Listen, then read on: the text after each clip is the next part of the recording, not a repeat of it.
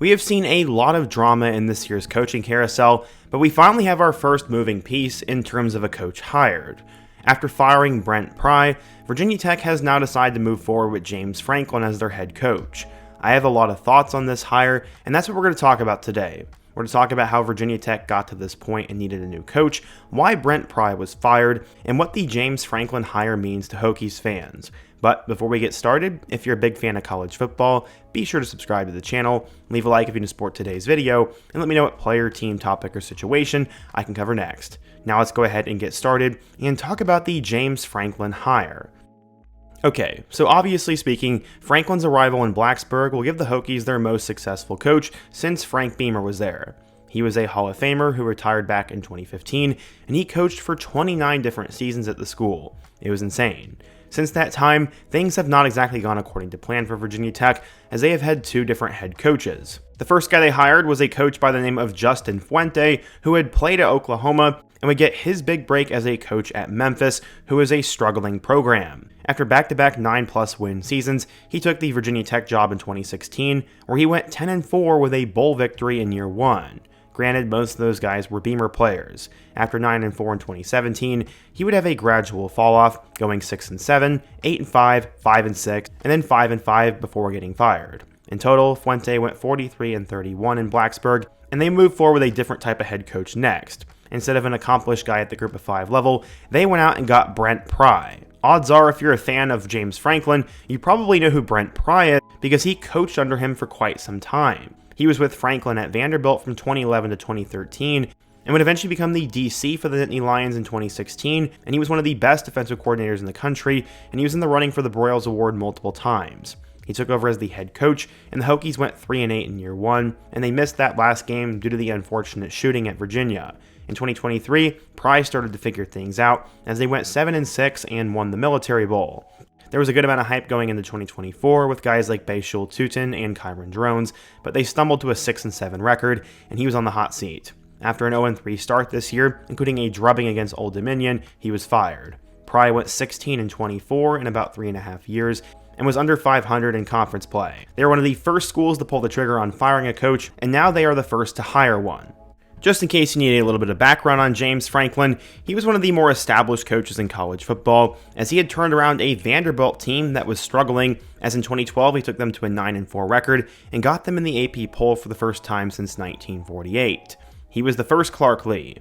Eventually he was hired as the head coach at Penn State, and we all know about the scandal that rocked that program. Franklin brought some stability to them and ended up being a really good coach while he was there. I mean, despite him getting fired from Penn State, I'm not going to pretend he did a good job. He ended up going 104-45, won 64 Big Ten games, and made a bowl game every single season except 2020 when the team went 4-5. They were in the top 10 5 different times, produced a ton of draft picks, were one of the best teams in the country, and even made a college football playoff run last year. Unfortunately, 2025 did not go according to plan, as after starting at number 2 with seemingly his best team yet, they would lose 3 straight games to Oregon, UCLA, and Northwestern, and that is when they finally decided to pull the trigger and fire Franklin. The Franklin name had been mentioned with several SEC jobs, including Auburn, Florida, and Arkansas, and he was also interested in Florida State apparently, but he has decided to pull the trigger and will now be the next head coach at Virginia Tech.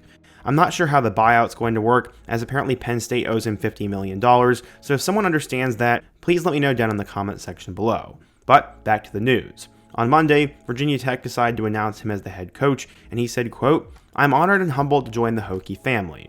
My vision is simple, to restore the unmatched excellence, to build something that lasts, and to serve this university, the Commonwealth of Virginia, and our amazing fan base.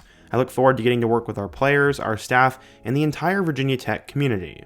As I said, Franklin went 128-60 over 12 years at Penn State and Vanderbilt, and brings a resume that includes winning nearly 70% of his games, a college football playoff semi-appearance, and a couple of Big Ten championship appearances as well. He will replace Brent Pry, who for a long time was his DC at Penn State, and it seems like this is honestly the perfect fit for Virginia Tech. Despite how the Hokies have played since Beamer, they are one of the top-tier programs in the ACC, have a ton of history, and when they are good, they are really hard to stop.